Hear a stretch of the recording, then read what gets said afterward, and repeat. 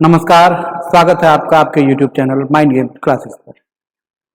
जैसा कि आप अवगत हैं, कल CGL मेंस 2021 का आंसर किया आया है, तो आज हम लोग डिस्कस करते हैं ऐसे कौन से प्रश्न हैं जिनको लेकर आप दावा कर सकते हैं और आपके नंबर बढ़ सकते हैं। तो आइए देखते हैं। जो सबसे पहला प्रश्न है वो है ये, दो वृत्त जिनमें प्रत्येक की त्रिज्या 36 सेंटीमीटर है, वे एक दूसरे को इस प्रकार प्रतिच्छेदित कर रहे हैं कि प्रत्येक वृत्त दूसरे वृत्त के केंद्र से होकर गुजर रहा है। दोनों वृत्तों की उभयनिष्ठ जीवा की लंबाई क्या? अच्छा, ये जो प्रश्न है ये इंग्लिश वर्जन में भी एज इट इज है, मतलब यहाँ त्रिज्या रेडियस इस्तेमाल किया गया है ना। डाटा यही डाटा जो है वो गलत है, इसी वजह से जो है आंसर आपका मिसमैच होगा। आइए देखते हैं, अगर दो सर्किल एक दूसरे को इस प्रकार इंटरसेक्ट करें कि दोनों एक दूसरे से केंद्र से होकर के गुजरे कुछ इस तरह से, तो देखिए कि यहाँ पर कहीं इसका सेंटर O1 होगा और यहाँ कहीं इसका सेंटर O2 होगा। दोनों सेंटर्स को हम मिला देते हैं और ये इसका कॉमन कॉर्ड है। ठीक है, ये जो ट्रायंगल्स बन रहे हैं ये ट्रायंगल्स होते हैं इक्विलैटरल। कैसे होते हैं इक्विलैटरल वो हम लोग देख लेते हैं। ये जो O1 O2 है ये दोनों में से किसी भी सर्किल का रेडियस है ना।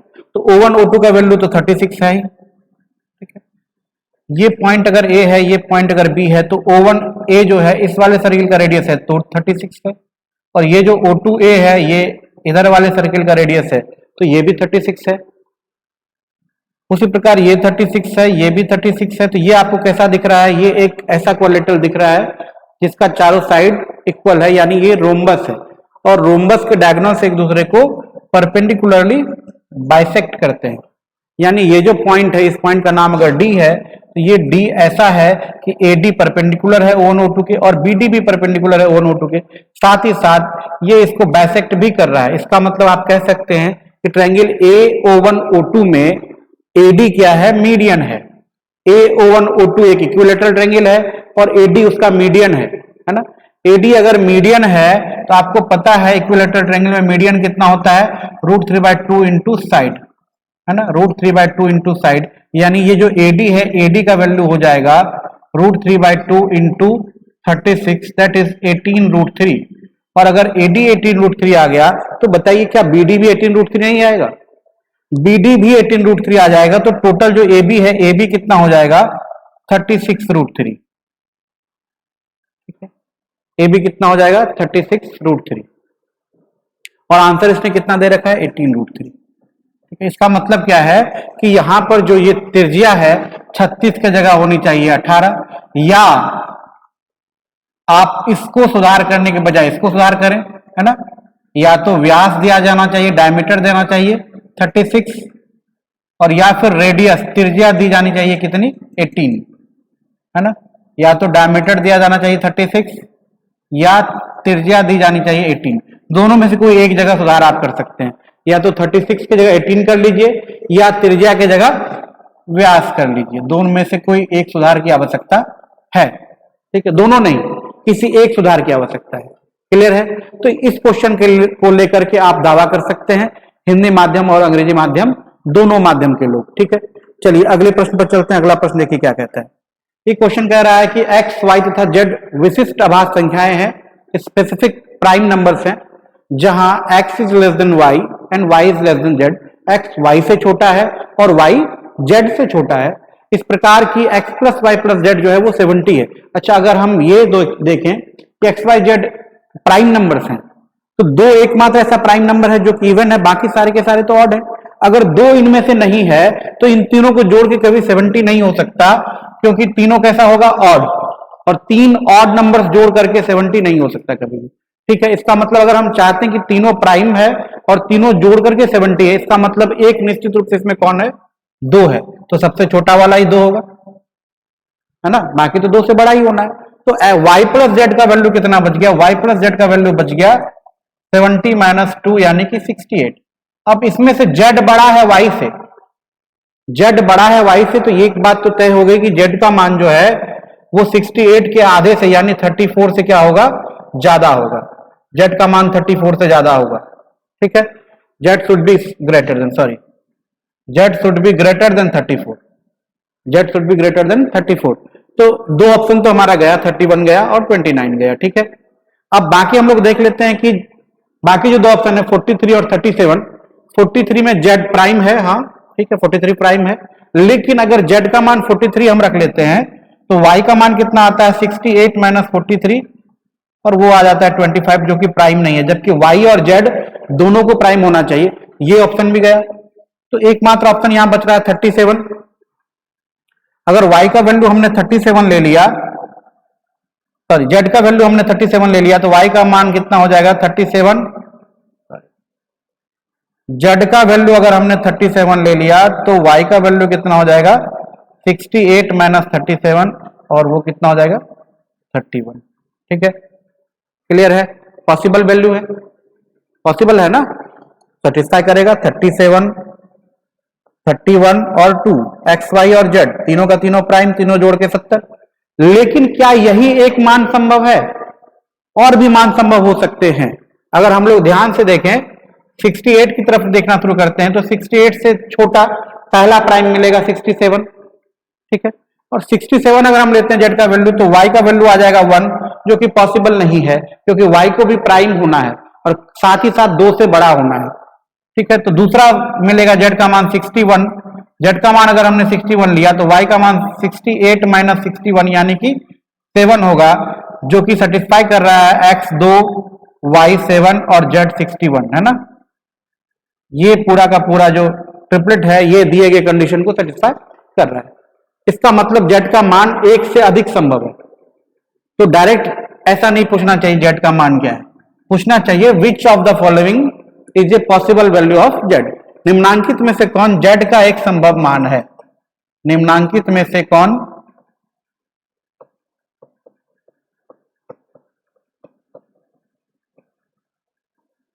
जेड का एक संभव मान है? Which of the following is a possible value of Z. ठीक है, लेकिन इस क्वेश्चन के लिए दावा करने पर हो सकता है आपको मार्क्स नहीं मिले क्योंकि ऑप्शन में एक ही है जो आपके आंसर को सेटिस्फाई कर रहा है ना, जो उत्तर की संतुष्टि प्राप्त कर रहे हैं जिससे आप, तो इसलिए इस क्वेश्चन के लिए हो सकता है आपको मार्क्स नहीं मिले, आपका दावा मान्य न हो, परंतु भाषा में सुधार की आवश्यकता थी।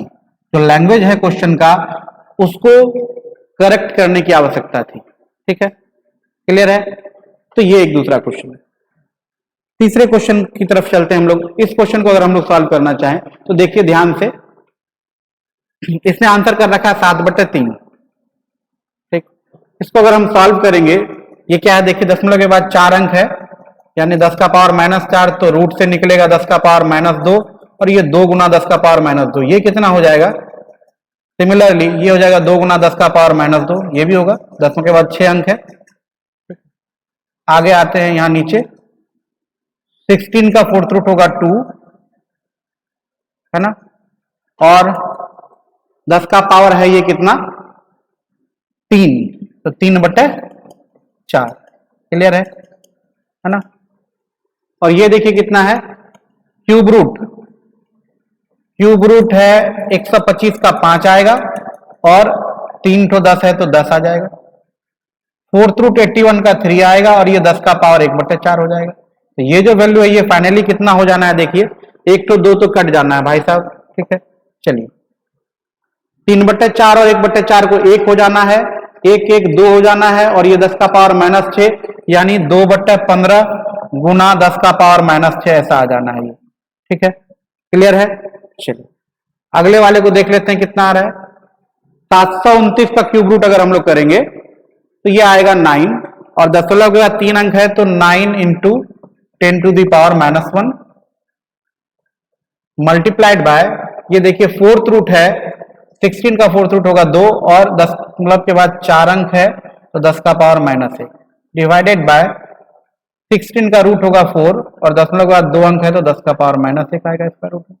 तो 2 दूनी 4 कट जाएगा, एक ठोक ये भी कटा, ये बच गया 9 गुना 10 का पावर, सॉरी 9/2 गुना 10 का पावर -1। चलिए आगे खैर जो भी आए, लेकिन एक बात तो है कि 7 आने की संभावना बिल्कुल नहीं है, ऊपर में 7 आने की संभावना बिल्कुल नहीं है। ठीक है, अगर हम एक 10 यहां लेकर के 20 और इसको 7 भी बना दें, ठीक है, तब भी ये कटने के बाद जो है, अच्छा ए गुना बी है, सॉरी ए गुना बी है,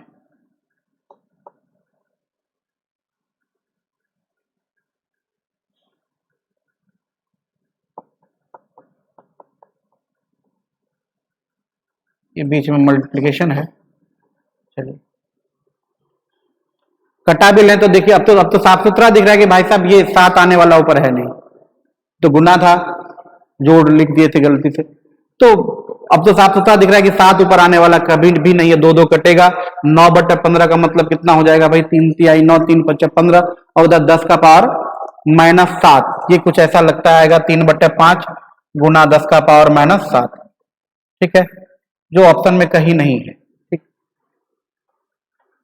तो 7 ऊपर आने की संभावना बिल्कुल नहीं थी, आप बिना कुछ ये आंसर कर सकते थे कि भैया जो आंसर इसने दे रखा है वो निश्चित रूप से क्या दे रखा है, गलत दे रखा है, क्लियर है। चलिए तो इस क्वेश्चन के लिए भी दावा आप कर सकते हैं। अगले प्रश्न पर चलते हैं। 2 अंकों वाली एक संख्या के अंकों का जोड़ 10 है। अच्छा, जो पिछला क्वेश्चन हम लोगों ने देखा था ये अंग्रेजी माध्यम में भी एज इट इज है, दोनों माध्यम के लोग इसके लिए दावा कर सकते हैं, ठीक है। 2 अंकों वाली एक संख्या के अंकों का जोड़ 10 है। यदि 2 अंकों वाली एक संख्या के अंकों को व्युत्क्रमित कर दिया जाता है, ये डिजिट सम दिया हुआ है 10, व्युत्क्रमित का मतलब होता है रिवर्स। अगर हम संख्या के डिजिट्स को, नंबर के डिजिट को रिवर्स कर दें तो संख्या 36 कम हो जाती है, यानी पहले वाली संख्या बड़ी थी, यानी जो ओरिजिनल नंबर था उसका 10 डिजिट यूनिट डिजिट से बड़ा था, ये बात तय हो गई। और एक चीज हमको पता है कि अगर किसी 2 अंक की संख्या के अंकों को उलट दें, उसके डिजिट को रिवर्स कर दें, तो जो संख्या और मूल संख्या और नई संख्या का डिफरेंस आता है, ओरिजिनल नंबर और न्यू नंबर का डिफरेंस आता है, वो उसके अंकों के अंतर का 9 गुना होता है, अंकों के अंतर का 9 गुना होता है। यही दिया हुआ आपको 36, यानी अंकों का अंतर कितना है, 4, अंकों का अंतर कितना है, 4, क्लियर है, अंकों का अंतर है 4। तो पहला जो आपका ऑप्शन है अंकों का अंतर 4, ये तो सेटिस्फाई कर दिए, ये हो गया सेटिस्फाई। दूसरा कहता है संख्या 84 हो सकती है, अंकों का अंतर 4 है, यानी ये यहां से यहां तक का कंडीशन तो सेटिस्फाई कर रहा है, पर ये वाला कंडीशन जो है 2 अंकों वाली एक संख्या के अंकों का जोड़ 10 है, 84 इस कंडीशन को सेटिस्फाई नहीं कर रहा है, ठीक है। 8 और 4 जोड़ेंगे तो कितना हो जाएगा, 12, इसका डिजिट सम होगा 12। जब आप इस क्वेश्चन के अंग्रेजी वर्जन को देखिएगा तो ये वाला लाइन गायब है, ठीक है। यानी हिंदी माध्यम के लोग इस क्वेश्चन के लिए दावा कर सकते हैं कि 2 नंबर इसका सही उत्तर नहीं हो सकता, ठीक है, क्योंकि ये अगर आपके पास इंफॉर्मेशन है तो 84 तो बिल्कुल नहीं हो सकती संख्या, पर अंग्रेजी माध्यम के लोग नहीं कर सकते क्योंकि वहां पर ये गायब है। तीसरा देखिए कह रहा है संख्या सदैव एक भाज्य संख्या है, भाज्य मतलब कंपोजिट, जिसका 2 या भाज्य संख्या है, भाज्य मतलब कंपोजिट जिसका 2 से अधिक फैक्टर है, ठीक है, जिसका 2 से अधिक फैक्टर है, जिसका 2 या केवल 2 फैक्टर हो वो प्राइम कहलाता है, जिसका 2 से अधिक फैक्टर होगा वो कंपोजिट होगा। तो कंपोजिट नंबर होना चाहिए सदैव, हमेशा, ऑलवेज। तो पहला जो संख्या हो सकता है अगर हम ट्राई करें तो पहली संख्या हो सकती है 95, हमको हमेशा 10 का डिजिट बड़ा रखना है, डिफरेंस 4 का रखना है। उसके बाद 84, उसके बाद 73, 95 तो भैया कंपोजिट है, 84 भी कंपोजिट है, पर 73 कंपोजिट नहीं है, ये क्या है, प्राइम है, तो हमेशा कंपोजिट होने वाला बात तो खत्म हो गया, है ना, हमेशा कंपोजिट नहीं हो सकता। आगे भी और देख सकते हैं कौन कौन हो सकता है, 62 हो सकता है, 51 हो सकता है, आगे हम नहीं बढ़ सकते क्योंकि आगे बढ़ेंगे तो हमारा 10 डिजिट छोटा और यूनिट डिजिट बड़ा हो जाएगा, इसके नीचे जाएंगे तो 48 हो जाएगा, है ना। 48 नहीं सेटिस्फाई करेगा क्योंकि 48 को अगर हम उल्टेंगे तो 84 बनेगा, संख्या घटने की बजाय बढ़ जाएगी, ठीक है।